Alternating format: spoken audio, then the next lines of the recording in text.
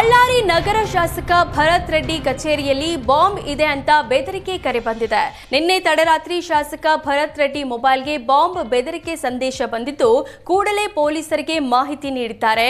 ಬಳ್ಳಾರಿಯ ರೂಪನಗುಡಿ ರಸ್ತೆಯ ಸಂತೋಷ್ ಎಂಬಾತ ಈ ಸಂದೇಶ ಕಳಿಸಿದ್ದು ಆತನನ್ನ ಪೊಲೀಸರು ಅರೆಸ್ಟ್ ಮಾಡಿದ್ದಾರೆ. ಉನ್ನತ ವ್ಯಾಸಂಗ ಮಾಡಿರೋ ಸಂತೋಷ್ ಕೆಲಸ ಇಲ್ಲದೆ ಖಾಲಿ ಕೂತಿದ್ದಾನೆ. ಹೀಗಾಗಿ ತಡರಾತ್ರಿ ಕುಡಿದ ಮತ್ತಿನಲ್ಲಿ ಶಾಸಕರಿಗೆ ವಾಟ್ಸ್ಆಪ್ ಸಂದೇಶ ಕಳಿಸಿದ್ದಾನೆ ಎನ್ನಲಾಗಿದೆ.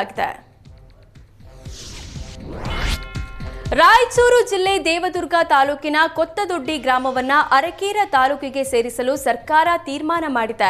ಆದರೆ ಸರ್ಕಾರದ ಈ ನಿರ್ಧಾರವನ್ನ ಖಂಡಿಸಿ ರಾಯಚೂರು ಜಿಲ್ಲಾಧಿಕಾರಿ ಕಚೇರಿ ಮುಂದೆ ಕೊತ್ತದೊಡ್ಡಿ ಗ್ರಾಮಸ್ಥರು ಪ್ರತಿಭಟನೆ ನಡೆಸಿದ್ರು. ಅವೈಜ್ಞಾನಿಕವಾಗಿ ಹೊಸ ತಾಲೂಕುಗಳನ್ನ ಮಾಡಿದೆ. ದೇವದುರ್ಗ ತಾಲೂಕು ಇಬ್ಬಾಗ ಮಾಡಿ ಅರಕೇರ ಗ್ರಾಮವನ್ನ ತಾಲೂಕು ಕೇಂದ್ರವೆಂದು ಘೋಷಣೆಯಾಗಿದೆ.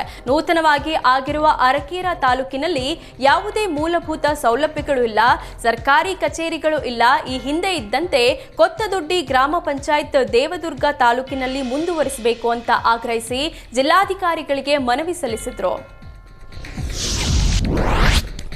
ಮಂಡ್ಯದ ಮಳವಳ್ಳಿಯಲ್ಲಿ ವಿಷಾಹಾರ ಸೇವನೆಯಿಂದ 2 ವಿದ್ಯಾರ್ಥಿಗಳು ಮೃತಪಟ್ಟಿದ್ದಾರೆ. ಈ ಪ್ರಕರಣ ತನಿಖೆ ಮತ್ತಷ್ಟು ಚುರುಕಾಗಿದೆ. ಊಟ ತಯಾರಾಗಿದ್ದ ಹೋಟೆಲ್ಗೆ ಮಳವಳ್ಳಿ ಡಿವೈಎಸ್ಪಿ ಕೃಷ್ಣಪ್ಪ ನೇತೃತ್ವದ ತನಿಖಾ ತಂಡ ಭೇಟಿ ನೀಡಿದ್ದಾರೆ. ಮಳವಳ್ಳಿಯ ಕೆಎಸ್ಆರ್ಟಿಸಿ ಬಸ್ ಡಿಪೋ ಬಳಿ ಇರುವ ಸಿದ್ದರಾಜು ಎಂಬವರ ಶ್ರೀ ಲಕ್ಷ್ಮೀ ನರಸಿಂಹಸ್ವಾಮಿ ಹೋಟೆಲ್ನಲ್ಲಿ ಸ್ಯಾಂಪಲ್ ಸಂಗ್ರಹ ಮಾಡಲಾಗಿದೆ. ಸೀಲ್ ಆಗಿದ್ದ ಹೋಟೆಲ್ ಬೀಗ ತೆಗೆದು ಆಹಾರ ಹಾಗೂ ಮಸಾಲೆ ಪದಾರ್ಥಗಳನ್ನು ಪರಿಶೀಲಿಸಲಾಗಿದೆ.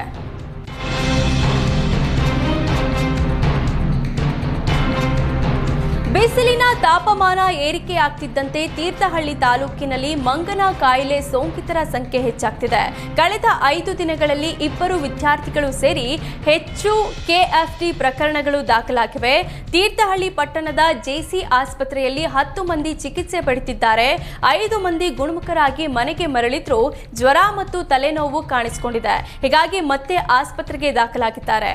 ಈ ಹಿನ್ನೆಲೆಯಲ್ಲಿ ಶಾಸಕ ಆರಗ ಜ್ಞಾನೇಂದ್ರ ಆಸ್ಪತ್ರೆಗೆ ಭೇಟಿ ನೀಡಿ ಮಂಗನ ಕಾಯಿಲೆ ಸೋಂಕಿತರ ಆರೋಗ್ಯ ವಿಚಾರಿಸಿ ಸೂಕ್ತ ಚಿಕಿತ್ಸೆ ನೀಡುವಂತೆ ವೈದ್ಯರಿಗೆ ಸೂಚನೆ ನೀಡಿದರು. ಬಳ್ಳಾರಿ, ವಿಜಯನಗರ, ಅವಳಿ ಜಿಲ್ಲೆಯಲ್ಲಿ ತಾಪಮಾನ ಹೆಚ್ಚಾಗ್ತಿದೆ. ಆರೋಗ್ಯ ಮತ್ತು ಕುಟುಂಬ ಕಲ್ಯಾಣ ಇಲಾಖೆ ಹೈ ಅಲರ್ಟ್ ಮಾಡಿದೆ. ನಿತ್ಯ 38 ರಿಂದ 40 ಡಿಗ್ರಿವರೆಗೂ ಬಿಸಿಲು ಏರ್ತಲೇ ಇದೆ. ಹೀಗಾಗಿ ಹೀಟ್ ಸ್ಟ್ರೋಕ್ಗೆ ಒಳಗಾದರೆ ಕೂಡಲೇ ಆರೋಗ್ಯ ಇಲಾಖೆ ತುರ್ತು ನಂಬರ್ಗೆ ಕರೆ ಮಾಡುವಂತೆ ಮನವಿ ಮಾಡಿದೆ. ಎಲ್ಲಾ ಸಾರ್ವಜನಿಕ ಆಸ್ಪತ್ರೆಯಲ್ಲಿ ಹೀಟ್ ಸ್ಟ್ರೋಕ್ ವಾರ್ಡ್ ಸ್ಥಾಪನೆ ಮಾಡಲಾಗಿದೆ.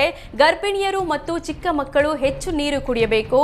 ಜನರು ಬೆಳಗ್ಗೆ 11ರ ಒಳಗೆ ಮತ್ತು ಸಂಜೆ 4ರ ನಂತರ ಹೊರಗೆ ಬಂದು ತಮ್ಮ ಕೆಲಸ ಕಾರ್ಯ ಮಾಡಿಕೊಳ್ಳಲು ಸಲಹೆ ನೀಡಿದೆ.